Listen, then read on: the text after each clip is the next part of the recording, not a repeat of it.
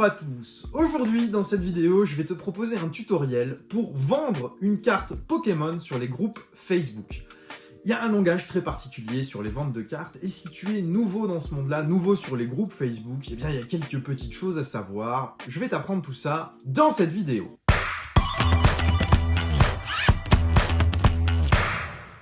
Tout d'abord, si tu veux vendre une carte sur les groupes Facebook, eh bien tu dois rejoindre des groupes Facebook. Des groupes, il en existe plein. Ce que je te propose, c'est évidemment le groupe que je modère, le groupe de cette chaîne YouTube, les Pois Chigeons, mais il en existe plein. Il y a les Barjots, la Ferme Pokémon, Eclipse Pokémon, Blablacar Pokémon, tous ces groupes-là sont très bien. Libre à toi de choisir ceux qui te conviendront. Choisis plutôt des groupes qui sont fermés, des groupes qui ne sont pas publics, de façon à éviter que les annonces soient visibles par tout le monde et que n'importe qui puisse y poster des annonces, parce que c'est ici que tu vas trouver le plus de scams et forcément les annonces les moins sérieuses. Deuxième étape, tu dois choisir la carte que tu vas vendre. Ici, on va s'intéresser à celle-ci. J'ai choisi un petit Tyrannosif X Terra Crystal de Flammes Obsidiennes, c'est la carte que nous allons vendre aujourd'hui pour cette vidéo. La troisième chose à faire, ça va être de prendre ta carte en photo. Prends-la en photo avec de la lumière, sur fond noir et surtout avec ton nom à côté. C'est pour bien montrer que la carte t'appartient, c'est une pratique commune sur les groupes.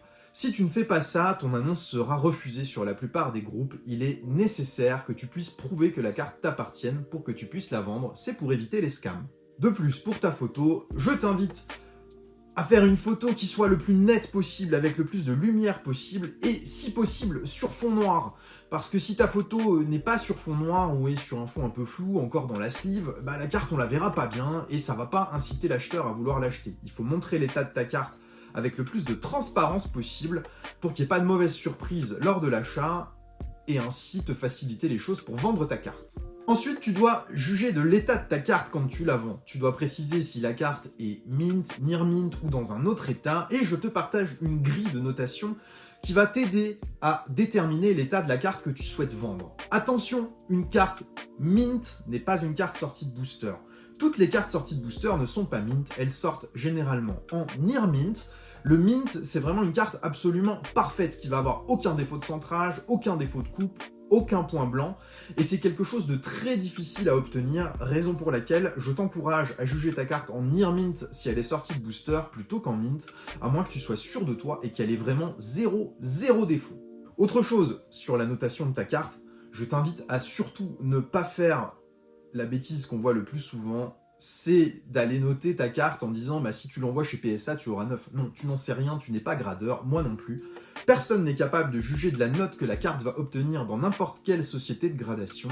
Je te recommande plutôt d'estimer un état approximatif en mettant mint, near mint, très bon état. On passe à la rédaction de l'annonce. Pour la rédaction de l'annonce, on va se mettre sur le PC, sur le groupe des Pois Chigeons, et je vais te montrer quelques tips, quelque chose qui sont nécessaires à faire lorsque tu crées ton annonce. Sur le groupe, ici je suis sur les Pois Chigeons et je vais sur Exprimez-vous, publier de manière anonyme. Non, je publie bien sur les Pois Chigeons. Et tout d'abord, ce qu'il faut rajouter, c'est une bannière. Bannière, c'est ce que tu vas écrire entre crochets pour préciser ce que tu veux faire, avant même de dire bonjour. Ici, je vais écrire vente. Je veux vendre une carte. Si tu veux faire une recherche d'achat, tu vas écrire achat ou recherche, et si tu veux faire un échange, tu vas écrire échange entre les crochets. C'est une pratique commune sur tous les groupes Facebook qui permet d'indiquer à l'utilisateur du groupe ce que tu souhaites faire sur le groupe. Moi, je veux vendre.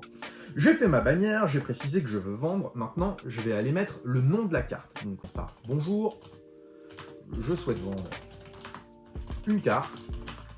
2 points. Tac. Tyrannosif X Terra Crystal. Comment on écrit Terra Crystal? Terra Crystal. Et je rajoute le numéro de ma carte. C'est la numéro 211 sur 197. Et je vais rajouter de la série Flammes Obsidiennes EV3. J'ai ajouté le nom de ma carte, les informations de la carte sont là. On ajoutera ensuite évidemment les photos de la carte qu'on a prises tout à l'heure. Reste à trouver le prix de la carte. Pour trouver le prix de la carte, il faut te connecter sur eBay. Pas n'importe comment. Sur eBay, tu vas devoir filtrer sur les ventes réussies. Pour ceci, tu cliques sur Recherche approfondie, tu descends un petit peu et tu as ici Vente terminée, Vente réussie, qu'il va falloir cliquer tous les deux. tu fais rechercher et ça va te donner les ventes réussies de la carte que tu souhaites vendre. Ici, le tir à nocif, on va trouver différentes ventes réalisées au cours des 3 derniers mois sur eBay. Et les prix vont osciller entre 22 €, ici on a du 14 plus 2 € de frais de port, 11,50 €, bref.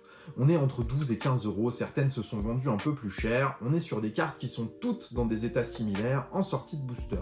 Je crois que les prix les plus courants sont autour de 15 €, je pense que si je me mettais autour de 15 €, ma carte, je la vendrais sans trop de problème. Il y a une exception à 8,50 €, mais la personne a mis 10 € de frais de port, malin, tu récupères le fric sur tes frais de port. Moi ma carte, j'ai très envie de la vendre, donc je vais mettre prix 12 €. Je vais ajouter la condition de la carte, condition Near Mint, sortie de booster. Ensuite, tu dois te demander si ton prix est in ou out. Que veulent dire ces choses? Un prix in, c'est un prix frais de port inclus. Un prix out, c'est un prix frais de port exclus. Donc ici, je vais rajouter 12 € out. Et on va rajouter, ajouter 2,50 € en lettres suivies. Notre prix est déterminé, on est presque prêt à mettre notre carte en ligne. Reste à préciser la méthode de paiement qu'on accepte sur notre vente. On peut accepter du PayPal, on peut accepter un virement bancaire ou même un paiement en espèces si c'est une remise en main propre. Ce sont des choses qu'on peut préciser sur l'annonce. Moi, comme paiement, j'accepte PayPal, donc je vais préciser paiement PayPal de façon à ce que l'utilisateur sache ce que je prends comme paiement. Le paiement PayPal est scindé en 2 catégories. C'est ce que tu verras sur les groupes. Il existe le paiement PayPal en biens et services, qu'on peut traduire par B&S dans les groupes, ou GS pour Goods and Services en anglais. C'est une appellation qui est utilisée même sur les groupes français. Tu as ensuite le paiement entre proches, ou le paiement F&F, Friends and Family, qui est un paiement qui ne générera pas de frais supplémentaires pour l'utilisateur qui va acheter la carte. En revanche, il n'y a pas de protection de PayPal si tu utilises un paiement entre proches. Le bien et service a un coût supplémentaire généré par PayPal autour de 2,9 ou 3%, mais il va protéger l'acheteur en cas de scam si les cartes n'arrivent pas. Et toi, en tant que vendeur, si l'acheteur dit qu'il y a un problème avec la carte, tu ne recevras pas l'argent. Il nous reste à préciser la méthode d'envoi, on l'a fait tout à l'heure, on a écrit lettre suivie pour 2,50 €. Évidemment, il y a d'autres méthodes d'envoi, tu peux choisir d'envoyer en Colissimo ou avec n'importe quel transporteur existant.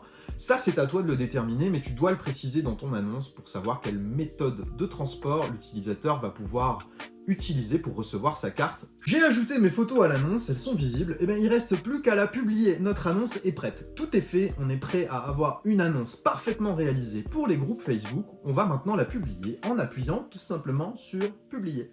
C'est tout simple. Il publie, et voilà. Notre annonce est visible sur les groupes Facebook. On voit ici, bonjour, je souhaite vendre une carte, tir à nocif extérieur cristal 211 sur 197 de la série Flammes Obsidienne. Condition Near Mint sortie de booster, prix 12 € out, port à ajouter, 2,50 € en lettres suivies, paiement PayPal. L'annonce est claire, les photos montrent bien la carte, sous lumière, avec mon nom présent sur les photos de l'annonce. L'annonce est parfaite. Maintenant, il nous reste à protéger la carte pour l'envoi une fois qu'elle est vendue. On va supposer que la carte se vende rapidement. Comment je protège ma carte? Ma méthode pour protéger la carte pour l'envoi, c'est de la mettre tout d'abord dans une petite sleeve. Rien de bien méchant, c'est pas très cher comme produit, ça permet de bien protéger les cartes et on va y ajouter un top loader. On glisse la carte dans le top loader et je vais ensuite la sceller dans un petit papier comme celui-ci pour que la carte soit scellée. Ça, c'est plus un aspect visuel qui est sympa pour l'acheteur. C'est pas quelque chose de nécessaire à faire et je vais ensuite glisser ma carte dans une enveloppe à bulles. Je dis bien une enveloppe à bulles, c'est des produits qu'on trouve sur Amazon, c'est pas très cher, c'est des petites enveloppes à bulles, ça permet d'avoir une carte qui soit réellement protégée pendant le transport. Si tu n'as pas d'enveloppe à bulles, tu peux également protéger ta carte une fois qu'elle est sous top loader en ajoutant 2 morceaux de carton de chaque côté de la carte et en les scotchant ensemble afin que la carte soit protégée pour le transport comme si elle était dans une enveloppe à bulles. Cependant, attention à une chose, si tu utilises du scotch pour l'envoi, n'utilise pas un scotch hyper violent, tu sais, les scotch noirs de travaux, qui nécessitent que la carte soit après ouverte au cutter.